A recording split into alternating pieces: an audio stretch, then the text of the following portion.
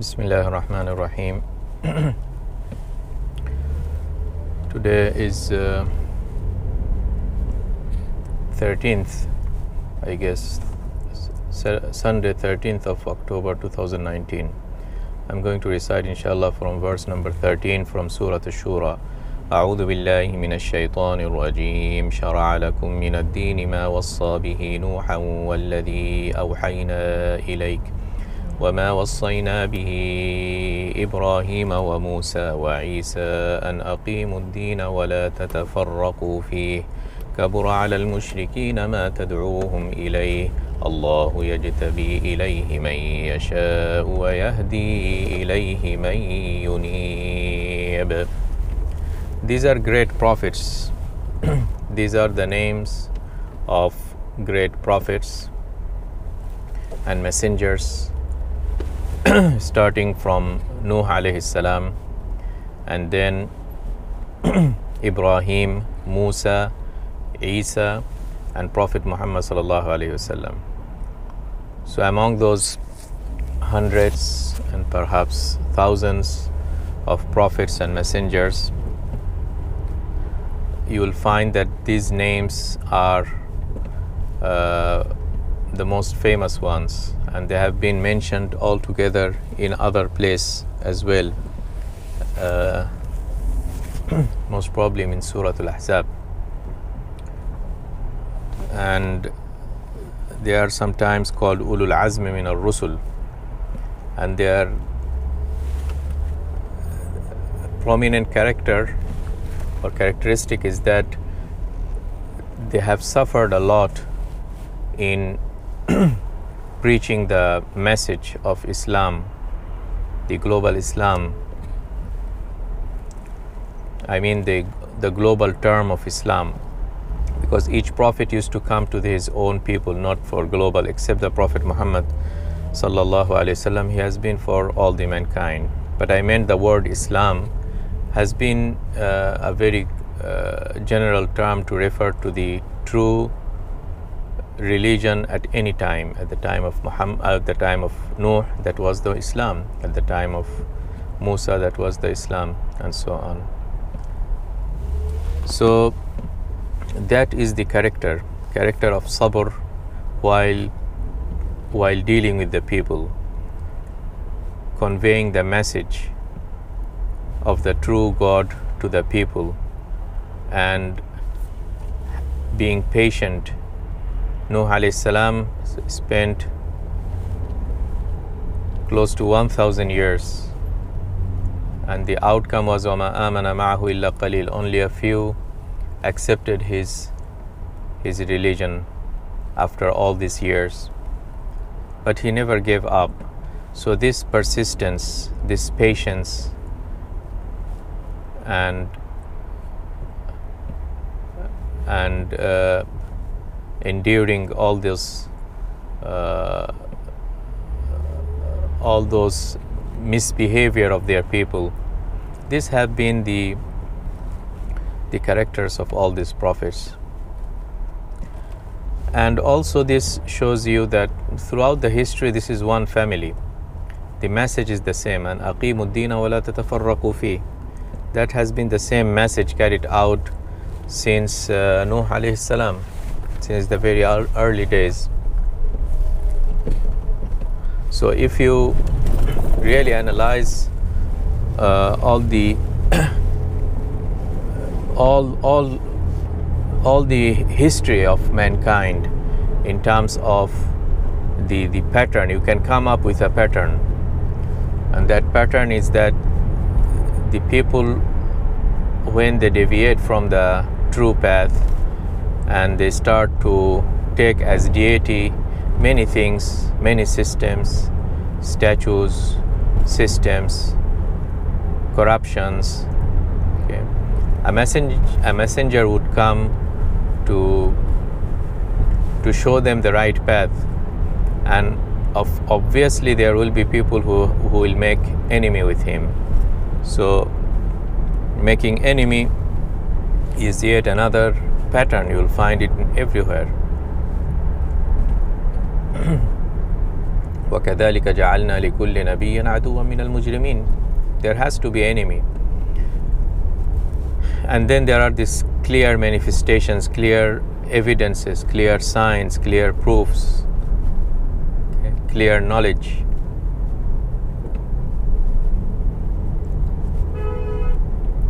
And in spite of the clear knowledge, there are people who start to disagree. If there is a disagreement before the clear knowledge, that's understandable. We know because of the lack of knowledge, people will go in any direction. But after the knowledge comes, and the carrier of the knowledge, which are the prophets, they bring signs that they are not speaking lie, they are not a magician, they are not crazy guys. They have established that truth factor through miracles. Okay, so they bring miracles and they bring knowledge. Miracles to convince the recipient that they are on the right path, and then they tell them the knowledge, the right knowledge. But still, you see, there is a shaitan who is working behind the scene, and they start to disagree. So with a miracle, with a great knowledge, and then you disagree, then this is the only solution. At the time of Nuh, at the time of Musa in his first phase with Fir'aun, after all these miracles, there is one solution, is Allah strikes them with a punishment that will destroy that community. But after Musa alayhi salam, after that miracle is embedded within a book form, like the Quran, like the Torah, like the Injil, then the pattern has changed a little bit, meaning that it's not an annihilation of the whole community, destruction of the whole community. Rather, there is the concept of jihad now. So these are the battle and the fighting between the two communities, and the final outcome is in favor of the community who are with Allah subhanahu wa ta'ala. وَمَا تَفَرَّقُوا إِلَّا مِنْ بَعْدِ مَا جَاءَهُمُ الْعِلْمُ بَغْيًا بَيْنَهُمْ وَلَوْلَا كَلِمَةٌ سَبَقَتْ مِنْ رَبِّكَ لَقُضِيَ بَيْنَهُمْ وَإِنَّ الَّذِينَ أُورِثُوا الْكِتَابَ مِنْ بَعْدِهِمْ لَفِي شَكٍّ مِّنْهُ مُرِيبٍ فَلِذَلِكَ فَادْعُ وَاسْتَقِمْ كَمَا أُمِرْتَ وَلَا تَتَّبِعْ أَهْوَاءَهُمْ وَقُلْ آمَنْتُ بِمَا أَنزَلَ اللَّهُ مِنْ كِتَابٍ وَأُمِرْتُ لِأَعْدِلَ بَيْنَكُمْ اللَّهُ رَبُّنَا وَرَبُّكُمْ لَنَا أَعْمَالُنَا وَلَكُمْ أَعْمَالُكُمْ لَا حُجَّةَ بَيْنَنَا وَبَيْنَكُمْ اللَّهُ يَجْمَعُ بَيْنَنَا وَإِلَيْهِ الْمَصِيرُ. Prophet Muhammad ﷺ is saying that وَأُمِرْتُ لِأَعْدِلَ بَيْنِي وَبَيْنَكُمْ وَأُمِرْتُ لِأَعْدِلَ بَيْنَكُمْ. I have been ordered by Allah to establish adl, to establish justice between you. So the justice is an absolute value in Islam and in the message of all the messengers, to establish the just and the justice on earth. So the true Islam, when practiced properly as the Prophet ﷺ was commanded and as he conveyed to us, is there is never any abuse of human rights, of animal rights, of environmental rights, if it has been properly understood and practiced. This can never be attributed to the content of Islam. It could be attributed to the misunderstanding and ill practice of Muslims, but it can never be attributed to the core belief system or the core contents. وَأُمِرْتُ لِأَعْدِلَ بَيْنَكُمْ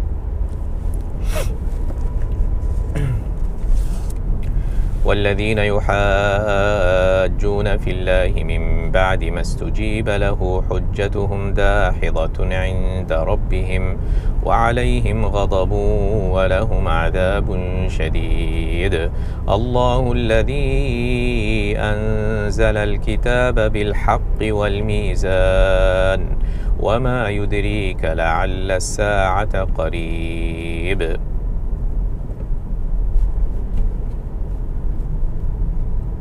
Verse 17 is a great verse. Allah has brought down a book with truth, and He has brought down a scale. A scale is to weigh things. Mizan, that's the mizan, okay? You weigh the things. Apple is 1 kg, so you put the apple in one side and a stone of 1 kg in the other side, and make sure that it balances to ensure that, okay, this is 1 kg of apple. So this is the mizan. So Allah has brought down the book and He has brought down the mizan. So these are the two mechanisms, the two gifts Allah has granted to all communities, is a revelation and the way to measure, and that's your aql, that's your rational capability.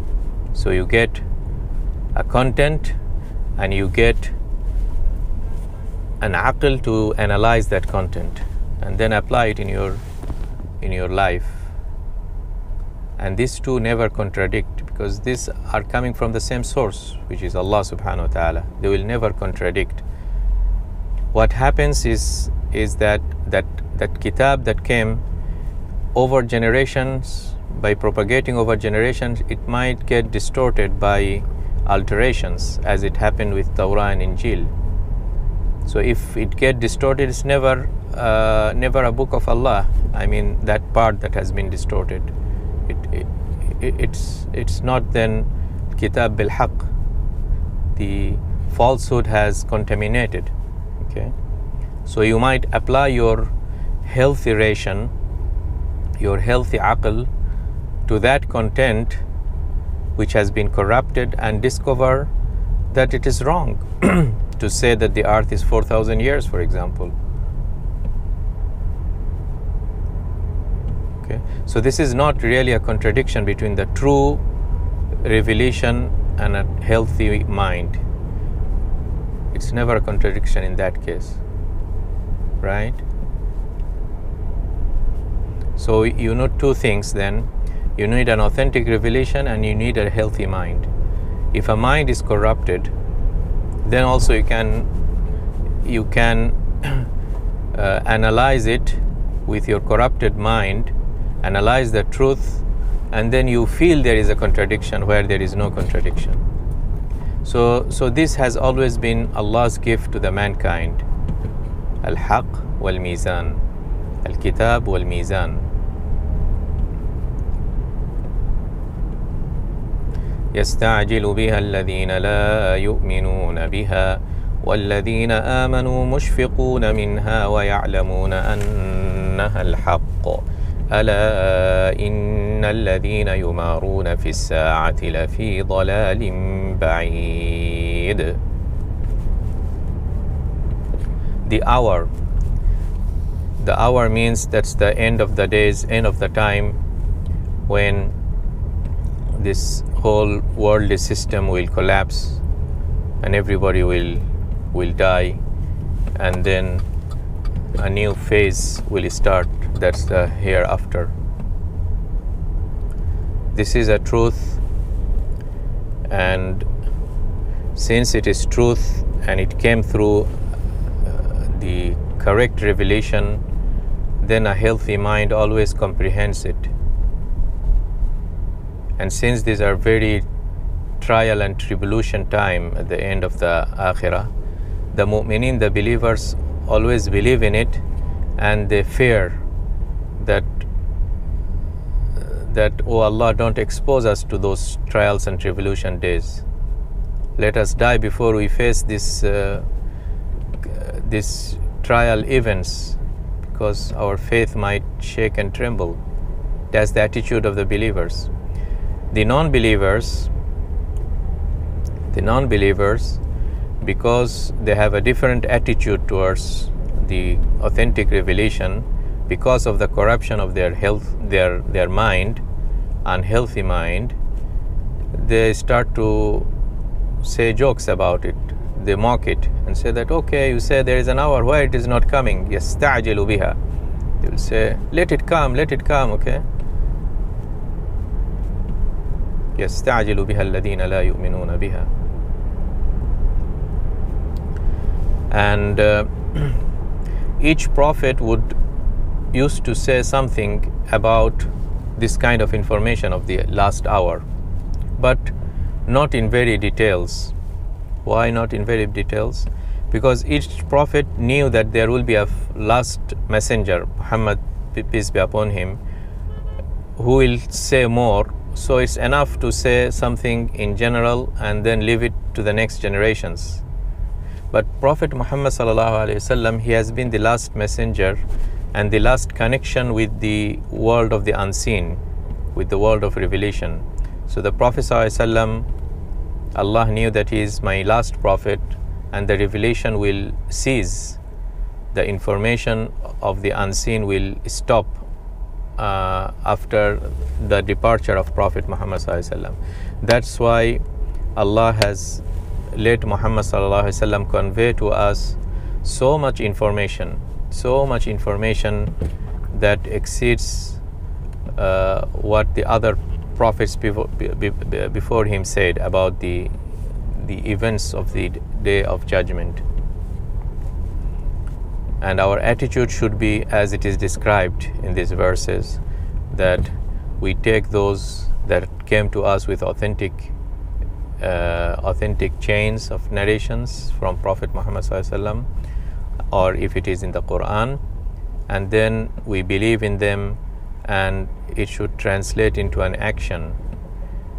By design, we are asked to seek Allah's refuge on every salah from the fitna of al-Masih al-Dajjal, at the time when it is most appropriate place for dua, which is before the ending of the salah by Assalamu alaikum wa rahmatullah, Assalamu alaikum wa rahmatullah. What we say, Allahumma inni a'udhu bika min adab al-qabr, wa min fitnat al-mahya wal-mamat, wa min fitnat al-Masih al-Dajjal. We seek refuge with Allah from the trial of the Dajjal, the Antichrist that will come at the end of the days. So you see, we have translated into action. We seek this refuge with Allah subhanahu wa ta'ala, because we are afraid to face those things. Mushfiquna minha. Allahu latifun bi'ibadihi yarzuqu man yasha wa huwa al-qawiyyul aziz. من كان يريد حرث الآخرة نزد له في حرثه ومن كان يريد حرث الدنيا نؤته منها وما له في الآخرة من نصيب. Those who want the outcome and the yield of the akhirah, those who want the reward of the akhirah, and Allah has given the simile of the yield of a crop. When the farmer has spent lots of effort and time in growing this wheat or rice or whatever crop, and then it comes the time of the yield. Okay, so those who want the yield to come in the akhirah, the reward of the akhirah, Allah will assist him and actually will give him from both worlds, the good of both worlds. But those whose whole objective is you want the yield now, you want the reward now, dunya, Allah will also let him get it. You might find him a billionaire, you will find him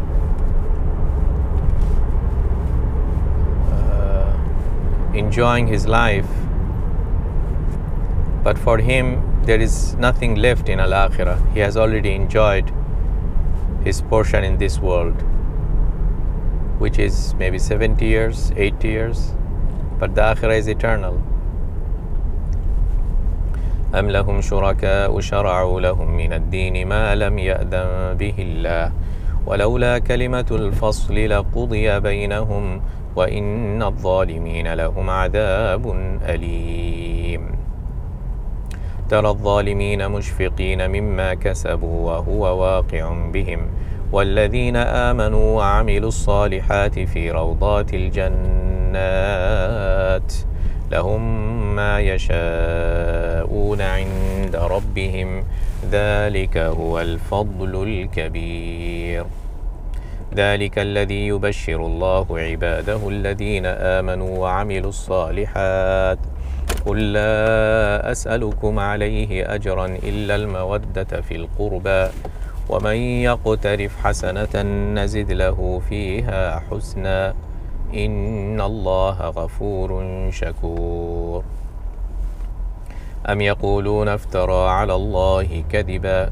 فإن يشاء الله يختم على قلبك ويمحو الله الباطل ويحق الحق بكلماته إنه عليم بذات الصدور وهو الذي يقبل التوبة عن عباده ويعفو عن السيئات ويعلم ما تفعلون ويستجيب الذين آمنوا وعملوا الصالحات ويزيدهم من فضله والكافرون لهم عذاب شديد ولو بسط الله الرزق لعباده لبغوا في الأرض ولكن ينزل بقدر ما يشاء إنه بعباده خبير بصير. If Allah wanted, He would have given the provision to everybody, but Allah sometimes constrains this provision out of the mercy, because if He had given provision everybody, then the human psychology starts to work, which is كَلَّا إِنَّ الْإِنسَانَ لَيَطْغَى أَنْ رَآهُ اسْتَغْنَى. The human being, all of them, they will start to exceed their limits when he feels satisfied, fully satisfied, and has more. So the more a human being gets, the more he wants further, and then he starts to transgress, to oppress others, and do injustice and corruption to himself, to the society, to the environment. So it has been the mercy of Allah that He didn't give all kind of provision to everybody. لَبَغَوْا فِي الْأَرْضِ. That's why Allah gives it, sanctions it biqadar, with measures, because Allah is seeing and He knows the intricate details of our own self. Allah knows us far more than we know ourselves.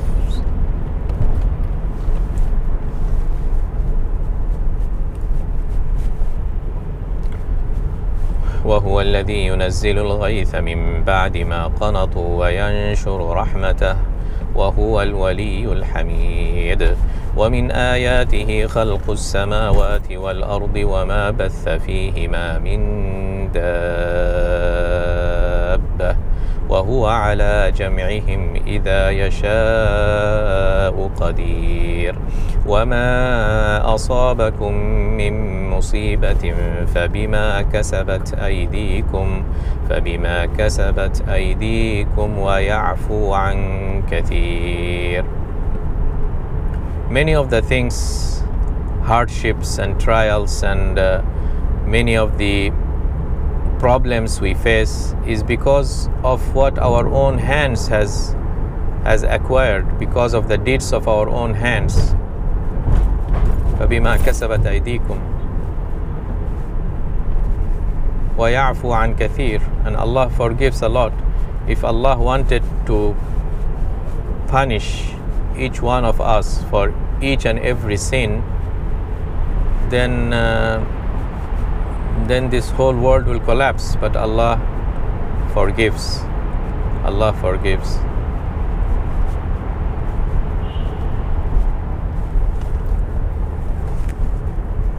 وما أنتم بمعجزين في الأرض وما لكم من دون الله من ولي ولا نصير ومن آياته الجوار في البحر كالأعلام إن يشأ يسكن الريح فيظللن رواكد على ظهره إن في ذلك لآيات لكل صبار شكور أو يوبقهن